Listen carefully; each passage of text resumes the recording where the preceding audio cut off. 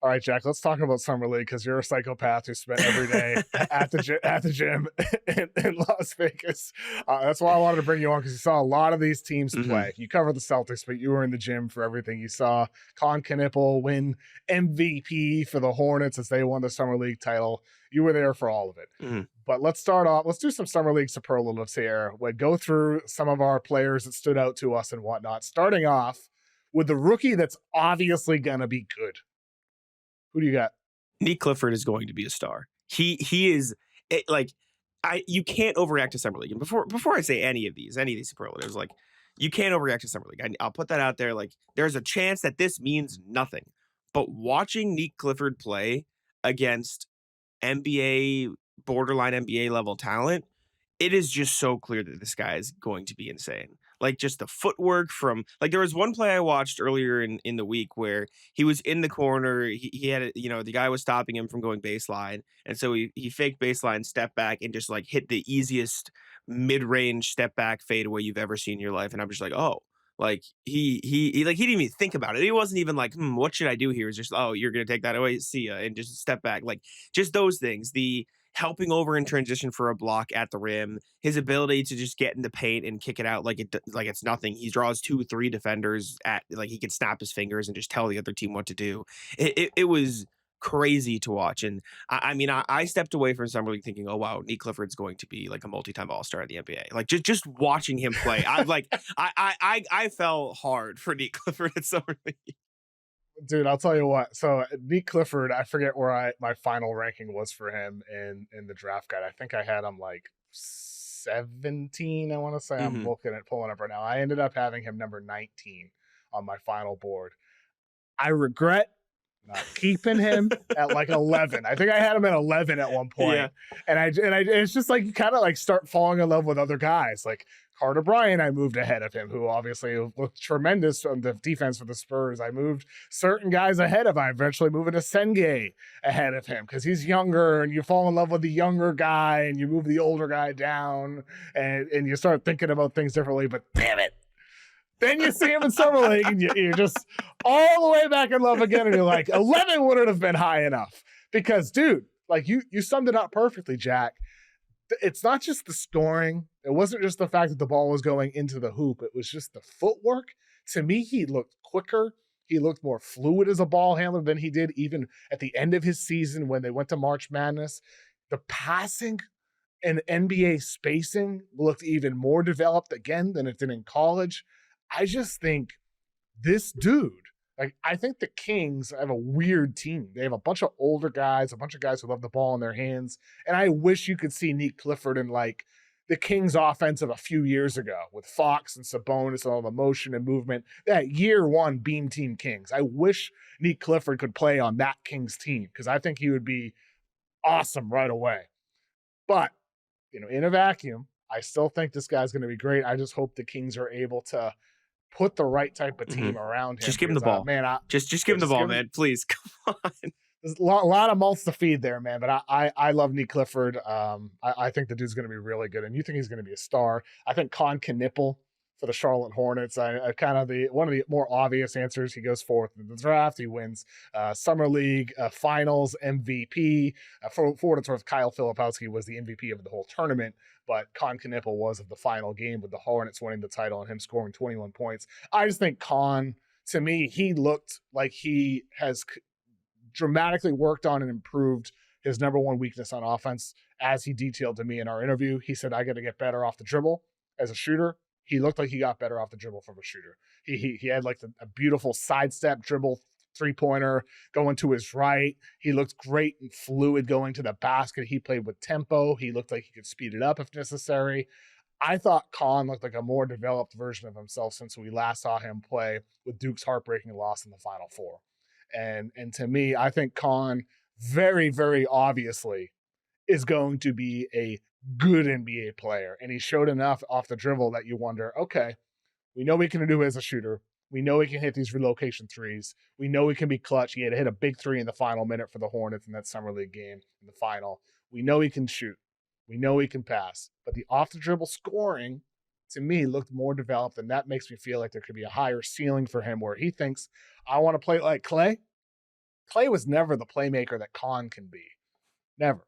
I think like, Mm-hmm. Clay is a legend Hall of Famer in his own right. To compare anybody to him, you could say is sacrilegious.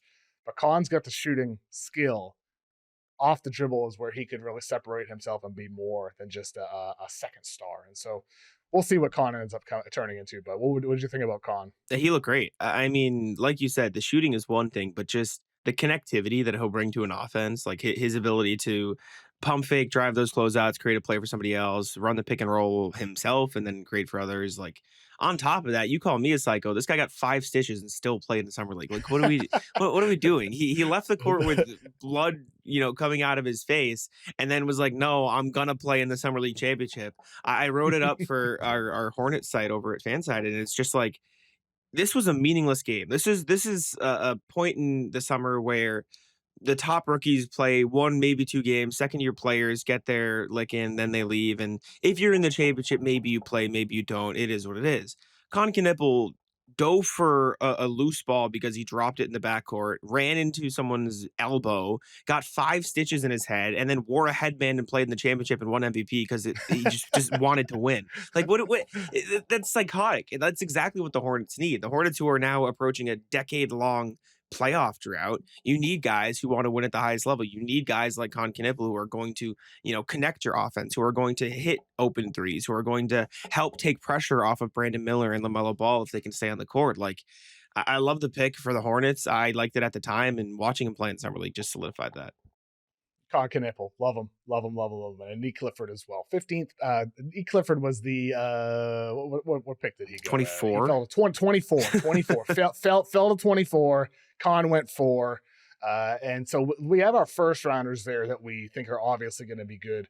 Who do you think was the most disappointing lottery pick? Man, I mean, I liked what I saw out of Derik Queen. Seeing him get hurt stinks. Like it's just a bummer to see him get hurt in the way he did, because I was very impressed with what he brought to the table. His teammate kind of disappointed me too. I didn't love what I saw out of Jeremiah Fears. Like I was sitting down watching some Pelicans games, and I was like, I don't know, like it's just the way he moves. He's a little bit slow, and so I'd say that whole Pelicans contingent was like kind of disappointing to me, especially considering they gave up the first round pick that they did in order to get Derik Queen. And listen, so I was in the Cox Pavilion for the Hansen Yang versus Derik Queen show, because I was like, I'm here. I would like to watch this. Yeah. I'm ready to go. And Derik Queen kind of balled out on Hansen Yang. He was like giving him buckets. He was shoulder fadeaway. So I liked what I saw to him before the injury. But Jeremiah Fears, just like all of this, he gets to the line a bunch. He's a great shot creator. He'll draw a bunch of free throws. They just weren't giving him the calls. And so that made me think, if they don't give him the calls in Summer League, like, are the refs going to be more lenient in the NBA? Are they not going to give him the calls in the NBA? So like that's the whole Pelicans lottery contingent was like where I got a little, I don't know what's happening here. Well, because for Queen, the defensive concerns were apparent. Offense, like you said, he showed flashes. We know he's a bucket getter. Defensively, there were concerns. He gets hurt. He's going to be reevaluated in 3 months. Like 3 months is middle of October. So like he's going to miss training camp. He's not going to get a usual training camp as a rookie. That already sets back his rookie season after you gave up all that you did. And then Jeremiah Fears, like usually for smaller guards, your first year is going to be a struggle. And so for him, even if he ends up a really good player in the long term, there's a chance the rookie season for both of these guys in a year they don't have their own first round draft pick. And talking about ifs, Zion, if Herb Jones coming back from injury, all these guys coming back from injury, Trey Murphy as well. If these guys come back and perform at the prior levels, if these guys can stay on the floor a la Zion, it could be an ugly year for the Pelicans. So I'd say I agree with you. Collectively, the New Orleans Pelicans were one of the more disappointing groups. And Derik Queen, I wish he were just in better shape. I wish he looked better defensively. Most disappointing to me isn't necessarily because of his play on the floor. It's the moment Noa Essengue got dunked on the break. Jack, were you at the gym for this moment? I was writing. I was looking down, and I just hear, whoa. I was like, what? No. You didn't see it? No. Johnny Furphy. I saw the Johnny picture. Furphy cocking back. and putting it on Noa Oh my Essengue. God. I've always been somebody, let me make myself clear. I have always been somebody who appreciates a player willing to get put on a poster. Always. I Absolutely. appreciate when a player contests the shot, arms up, and they get put in the poster because it means you're putting in effort. You're trying to get a stop. Senge was trying to get out of the way, and he got destroyed.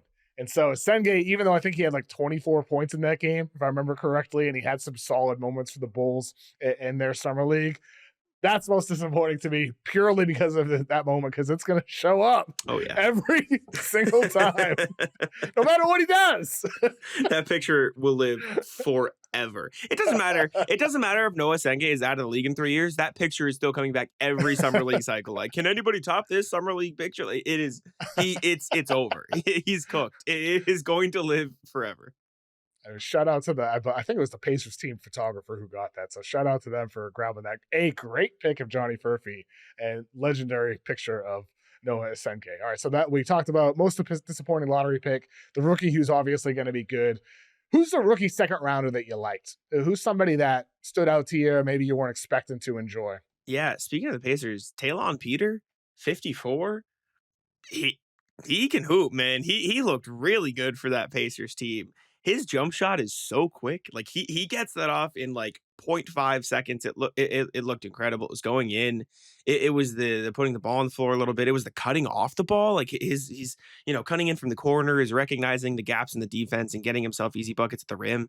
And then just the intensity with which he played on the defensive end. I love a guy who'll pick up full court, who'll pressure the ball handler at half court, who isn't afraid, take body to body contact. I mean, these offensive guards nowadays, and I mean, James Banks in the final game got ejected for swinging his elbows. Like these small guards who don't care and will just get all up in you and play defense. I like that. So I left this saying like, okay, Talon Peter looks pretty good, and Cam Jones looked good too, but like you're coming away with those two guards for a season where you don't have Tyrese Halliburton. I'm not saying they're going to get like a ton of minutes, but you feel like, okay, we just took two okay swings. And I left Pacers summer league games being like, Talon Peter can play, man. He's pretty good.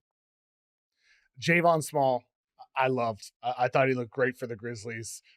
He's a smaller guard. He's only 6'1", but he's got a 6'5" wingspan. I think he's the type of guy who plays a little bigger than his body, especially on defense. He's just so gritty. I thought that showed in summer league as well. He's just a pest on the defensive end of the floor. Then offensively, he just had some buckets where I'm like, okay, he looks like an NBA player to me. He looks like an NBA player. His ability to create off the dribble against tight defense, his ability to get to his three-pointer. He improved dramatically his final season in college as a shooter. He shot over 42% on his catch and shoot threes, looked much better off the dribble as well. And I thought it carried over. It didn't feel like it was just an outlier season for him his past year at West Virginia. And the thing is like, small samples, of course, but he shot 32% off the dribble on all jumpers, mid-rangers, three-pointers as a senior in college. I don't have the number in front of me for what he did in summer league with the split tracking data between those two, but I would imagine it was a higher number there, and it looked like he did a good job at creating those shots. Especially, I think he had like some side dribble, step back, side dribble, three-pointer he had in the game. I think it was against the Clippers, if I remember correctly. I just thought he looked good, man. Jayvon Small, that Grizzly, like they cut one of my guys. They cut Zion Poland, who I really liked out of Florida. He was on a two-way with them last year, but Jayvon Small looked better. Simple as that. So Jayvon Small is my second rounder who stood out to me. Did you watch any Grizzlies at all, Jack? I did. They played the Celtics one, so I got a chance to watch it. I did actually. I did these little like videos with Celtics players. So I went over the game with Jordan Walsh or some of his plays in it. And so I got to get some breakdowns with him. I did with Amari Williams. So I forget who it was, but Jordan Walsh, one of these, he goes, yeah, that screen was weak, man. He didn't want no smoke. He didn't want to hit me. It was just a Grizzlies guy like sticking his leg out 5 feet trying to set a screen. But I watched some Grizzlies. I thought they looked pretty good. I don't know. I'm trying to think. Jayvon Small definitely looked good. I'm trying to think if there's anybody else who stood early out. in summer league. That was the first game, right? I know. I'm like thinking way back. This is everything's a blur. Jalen Wells obviously looked good. I mean, he was a finalist for too good for summer league. Yeah, exactly. Yeah. Like, why is he there?